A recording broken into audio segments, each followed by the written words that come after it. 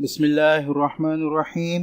Matric class new physics के हवाले से नई वीडियो के साथ हाज़िर हैं और आज हम इंशाल्लाह शुरू करने वाले हैं नेक्स्ट यूनिट 12। यूनिट 11 लास्ट में हम ख़त्म कर चुके हैं और उसके वर्क एग्जांपल्स भी देख चुके हैं। नेक्स्ट हमारा जो यूनिट है, टॉपिक है, वो यूनिट 12 इलेक्ट्रोमैग्नेटिक स्पेक्ट्रम। ठीक है, तो यहाँ जो सबसे पहली जो बात कही है वो बता ये रहे हैं कि हम एक ऐसी दुनिया में रहते हैं जो कि एडवांस हो चुकी है, बहुत ज़्यादा टेक्नोलॉजी इस्तेमाल कर रही है और इसकी टेक्नोलॉजी की जो सबसे ज़्यादा अहमियत वाली चीज़ है वो ये है कि इसके बहुत से डिवाइसेस जो हैं वो वायरलेस हो गए हैं। वायरलेस डिवाइसेस में आपके लैपटॉप्स भी आ जाते हैं, मोबाइल टेलीविजन्स भी आ जाते हैं, मोबाइल फ़ोन्स भी आ जाते हैं। बहुत सी चीज़ें ऐसी हैं जिनको कंट्रोल बहुत डिस्टेंस से किया जाता है, जो अपना डाटा बहुत डिस्टेंस से लेते हैं, लेकिन बीच में कोई ऐसी कनेक्टिविटी हमें नज़र नहीं आती जो कि उसको कनेक्ट कर रही हो। ठीक है, इससे पहले जो कहना चाहिए जैसे कि नेट वगैरह हमारा इस्तेमाल होता था तो उसमें वायर लगे होते थे, लेकिन अब वायरलेस कनेक्शन वाईफाई के तौर पर इस्तेमाल हो रहा है। इसके अलावा लैपटॉप्स वगैरह भी, फ़ोन्स वगैरह भी जो हैं वो बहुत दूर का डाटा बग़ैर किसी ऐसी नज़र आने वाली चीज़ से जो उनको कनेक्ट कर रही हो वो ले लेते हैं। ठीक है, तो ऐसा कैसे होता है, क्या मुमकिन ऐसी ये चीज़ जो है किस चीज़ ने मुमकिन की है, तो इस चीज़ को हम इंशाल्लाह इस डिटेल में इस चैप्टर में जो है पढ़ेंगे। पहली चीज़ उन्होंने यहाँ जो डिस्कस की है वो है डिस्पर्शन ऑफ लाइट। लाइट जब एक प्रिज्म, ख़ासतौर पर एक प्रिज्म के ज़रिए, और इसको हम आसानी के साथ यूँ भी कह सकते हैं, एक ऐसे मीडिया के ज़रिए जो उसको डिस्पर्स करने की, उसको टुकड़े टुकड़े करने की ताकत रखती हो। ठीक है, उस मीडियम से, जिनमें एक मीडियम जो वो मीडियम जो प्रिज्म जो है बहुत अच्छी तरह रखता है, उसमें से गुजरती है तो वो 7 रंगों में जो है वो कन्वर्ट हो जाती है, डिस्पर्स हो जाती है। ठीक है, अगर हम प्रिज्म की बात करें यहाँ, तो जैसे ये प्रिज्म है, ठीक है, जब लाइट, इसको मैं यहाँ साफ बना लेता हूँ बुक में, ठीक है, ये प्रिज्म है, जब लाइट इससे गुजरती है तो डिस्पर्स होके जब ये बाहर निकलती है तो ये 7 कलर्स में जो है वो डिवाइड हो चुकी होती है। ठीक है, जो हमें अलग अलग नज़र आ रहे होते हैं। ठीक है, ये फेनोमेना जो है वो डिस्पर्शन ऑफ लाइट कहलाता है। ठीक है, कुदरती तौर पर ये रेनबो कौस क़ज़ा के अंदर भी होता है, जिसमें मीडियम जो है उसको डिस्पर्स करने वाला वाटर ड्रॉपलेट्स होते हैं, पानी के वो कतरे जो बारिश के बाद हवा में रह जाते हैं, उनकी वजह से वो हवा में लाइट जो है वो डिस्पर्स हो रही होती है। उसकी वजह ये होती है कि जब एक डेंसर मीडियम में लाइट दाखिल होती है तो उसकी जो कलर्स हैं वो डिस्पर्स हो जाते हैं, अलग अलग हो जाते हैं। ठीक है,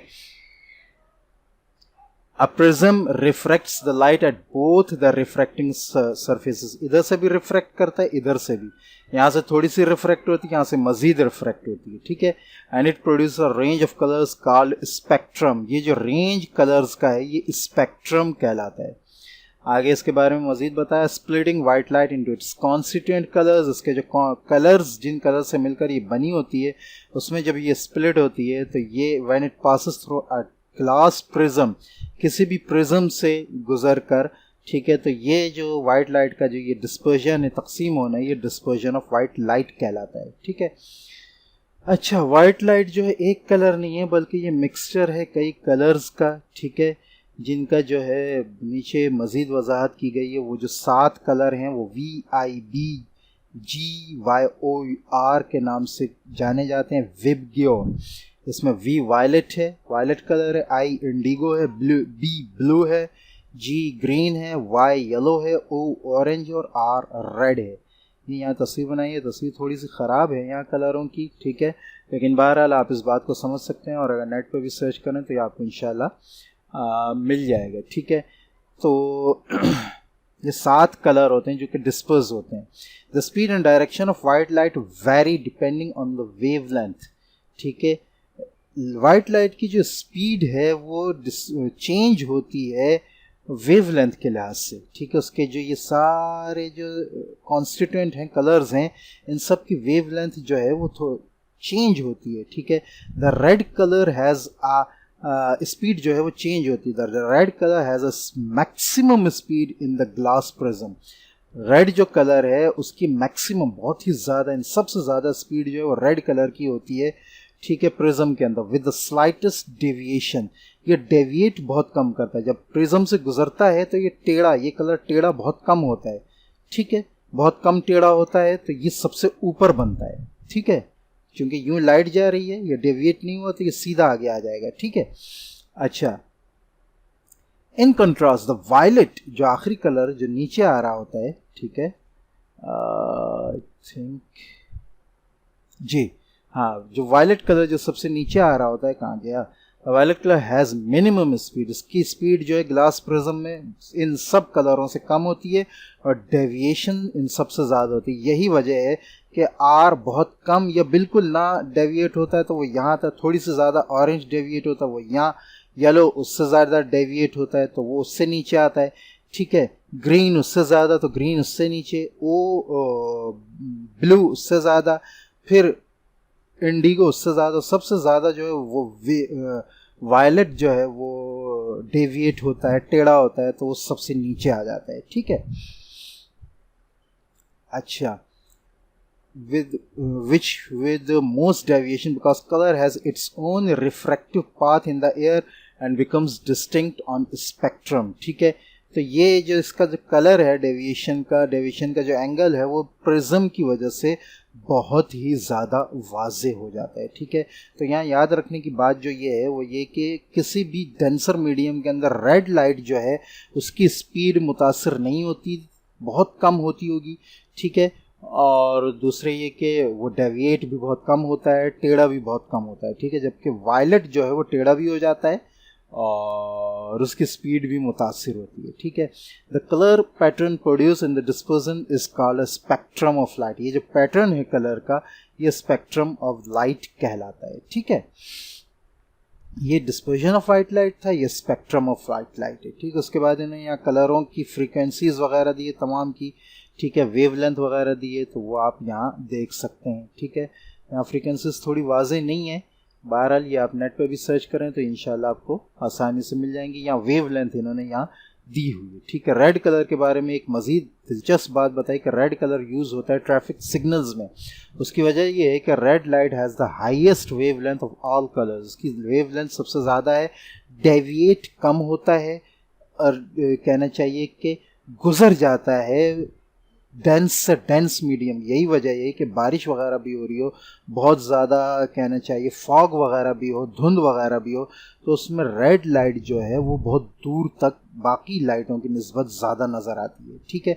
वो पेनिट्रेट आराम से कर जाती है बारिश के अंदर भी और कहना चाहिए धुंध वगैरह के अंदर भी। यही वजह है कि बाकी लाइटें नज़र आएँ या ना आएँ, रेड लाइट जो है वो बहुत दूर तक भी नज़र आ जाती है। इसकी वजह यह है कि वो पेनिट्रेट करती है, उसकी स्पीड मुतासिर नहीं होती और दूसरा ये कि वो डेविएट भी नहीं होती, ठीक है।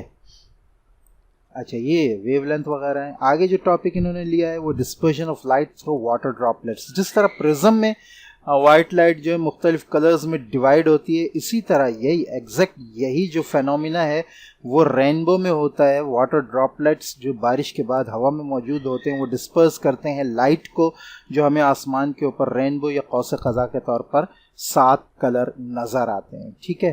तो आप यूँ कह सकते हैं कि कुदरती तौर पर अगर डिस्पर्जन ऑफ लाइट को आप बहुत आसानी से देखें तो ये इस तरह कौस क़ज़ा में भी आपको दिखेगा। दूसरा ये कि जो वाटर ड्रॉपलेट्स हवा वगैरह में होते हैं या अगर आप कहीं देखें टपकते हुए, तो जो वाटर का जो कतरा होता है वो चूँकि लाइट को डिस्पर्स कर रहा होता है, उसके अंदर अगर आप देखें तो आप लाइट के मुख्तलिफ कलर्स अक्सर औकात वाटर के कतरों के अंदर भी देख सकते हैं। कभी कभी ऐसा होता है कि पानी हिल रहा हो, दरिया समंदर वगैरह का, तो वो भी लाइट के जो कलर्स हैं उनको डिस्पर्स करता है, तो उसमें भी मुख्तलिफ कलर्स हमको दिखते हैं। उसकी वजह ये है कि ये इस मीडियम के अंदर लाइट जो है वो अपने कलर्स को डिस्पर्स कर रही होती है, अलग अलग कर रही होती है, तो हमें तमाम कलर्स वाज़े नज़र आने लगते हैं, ठीक है। नेक्स्ट जो टॉपिक है हमारा वो यहाँ पे स्पीड ऑफ इलेक्ट्रोमैग्नेटिक वेव्स, ठीक है। इलेक्ट्रोमैग्नेटिक वेव्स जो हैं वो रेडिएट होते हैं चार्ज पार्टिकल्स की वाइब्रेशन की वजह से, ठीक है। एग्जाम्पल में इन्होंने कहा vibrating atom in a hot glowing bulb, ठीक है। एक बल्ब है जो कि चमक रहा है, उसमें जो एटम्स वाइब्रेट हो रहे होते हैं उनकी वजह से फाइलामेंट जो है वो जलता है और इमिट करता है इंफ्रारेड एंड विजिबल लाइट, ठीक है।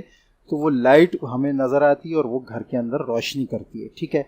An oscillating electric current sends out, अच्छा एक इलेक्ट्रिक करंट है वो वाइब्रेट जब करता है तो वो रेडियो वेव्स जो है रेडियो स्टेशन से छोड़ता है, ठीक है। इसी तरह मज़ीद मिसाल, the other types of electromagnetic radiation that make up the electromagnetic spectrum are microwaves. मज़ीद जो हैं जो इस तरह के स्पेक्ट्रम बनाते हैं इलेक्ट्रोमैग्नेटिक, वो माइक्रोवेव्स हैं। वायलेट लाइट है, X rays and gamma rays, ये आगे अभी आ जाएगा, इसको हम मज़ीद देखते हैं, ठीक है। Rays that radiate out from their respective sources, जिस सोर्स से भी बन रहे होते हैं तो वहाँ से ये निकलते हैं, ठीक है। इलेक्ट्रोमैग्नेटिक वेव्स जो हैं वो ट्रांसवर्स वेव्स हैं, ये हम पहले पढ़ चुके हैं, ये लॉन्गिट्यूडनल वेव्स नहीं है, ट्रांसवर्स वेव्स हैं। यही वजह है कि ये कोई मीडियम, किसी मीडियम के बगैर जो है वो ट्रैवल कर सकती हैं। It is electric and magnetic field that are oscillating. तो यहाँ जो मटेरियल है, जैसे कि लॉन्गिट्यूडनल वेव्स में हो रहा था कि मटेरियल वाइब्रेट करता था तो आगे वेव्स वाइब्रेट होती थी, जबकि यहाँ मटेरियल वाइब्रेट नहीं होता बल्कि इलेक्ट्रिक या मैग्नेटिक फील्ड जो है वो वाइब्रेट होती है, जिसकी वजह से ये वेव्स जो हैं वो आगे मज़ीद ट्रैवल करती हैं, ठीक है। और यही वजह है कि ये वेव्स जो हैं वैक्यूम और स्पेस तक में भी ट्रैवल कर सकते हैं, तो किसी मीडियम की ज़रूरत नहीं पड़ती। स्पीड का इनका फार्मूला वही है, फ्रीक्वेंसी मल्टीप्लाई बाय वेवलेंथ, तमाम वेव्स की तरह, ठीक है। All electromagnetic waves travel through the space, ये स्पेस में ट्रैवल कर सकती हैं क्योंकि इनको किसी मीडियम की ज़रूरत नहीं पड़ती, वैक्यूम में भी ट्रैवल कर सकती हैं। स्पीड इनकी ऑलमोस्ट 3 मल्टीप्लाई बाय 10⁸ मीटर पर सेकेंड होती है, ठीक है। आगे एक छोटा सा टॉपिक मज़ीद लिया जो कि इसी से रिलेटेड है, ठीक है। इसको भी हम देख लेते हैं ताकि हमें अच्छी तरह समझ में आ जाए कि आगे हम क्या चीज़ें समझने वाले हैं। Characteristics of magnetic waves, magnetic waves की कैरेक्टरिस्टिक्स यहाँ बताई हैं जो थोड़ा बहुत हम पहले भी पढ़ चुके हैं, मज़ीद इनको यहाँ देख लेते हैं। Electromagnetic waves are transverse waves in nature, transverse wave होती हैं, ठीक है। इट मीन्स कि ये जो हैं क्रस्ट एंड ट्रफ बनाती हैं, ठीक है। कंप्रेशन एंड रेयरफेक्शन नहीं बनाती जैसा कि साउंड वेव्स में होता था, ठीक है। अच्छा जी, they are composed of varying electric and magnetic fields that oscillate perpendicularly, ठीक है। हमें पता है, पहले भी हम ये पढ़ चुके हैं ट्रांसवर्स वेव्स में कि वेव्स की जो मूवमेंट होती है वो परपेंडिकुलर होती है वेव्स की मूवमेंट के, यानी वेव्स की जो प्रोपेगेशन होती है वो परपेंडिकुलर, जो चीज़ जो फील्ड वगैरह है, जो मैग्नेटिक फील्ड या इलेक्ट्रिक फील्ड जो है वो यूं वाइब्रेट हो रहा होता है, ठीक है। ये यानी यूं होगा या यूं होगा, ठीक है। जबकि इस वेव की जो मूवमेंट होती है ये बिल्कुल इसके परपेंडिकुलर होती है। जबकि लॉन्गिट्यूडनल वेव्स में क्या होता है, जैसे फॉर्क है, ठीक है, तो ये वाइब्रेट यूं कर रहा है, ठीक है। तो इसकी जो वाइब्रेशन है वो पैरेलल होती है, इसकी जो वेव्स होती हैं वो इसी साइड पर बन रही होती हैं जिस साइड पे ये वाइब्रेट कर रहा होता है। तो ये फ़र्क है ट्रांसवर्स और लॉन्गिट्यूडनल वेव्स का, ठीक है। तो ये जो वेव्स हैं ये ट्रैवल करती हैं इलेक्ट्रिक और मैग्नेटिक फील्ड के परपेंडिकुलर, ठीक है। जिस साइड ये वाइब्रेट कर रहे होते हैं उसके परपेंडिकुलर ट्रैवल करती हैं। The direction of wave motion is perpendicular to both electric and magnetic field, यही चीज़ बता दी। It can not carry electric charge, या इलेक्ट्रिक चार्ज नहीं ले जा सकती।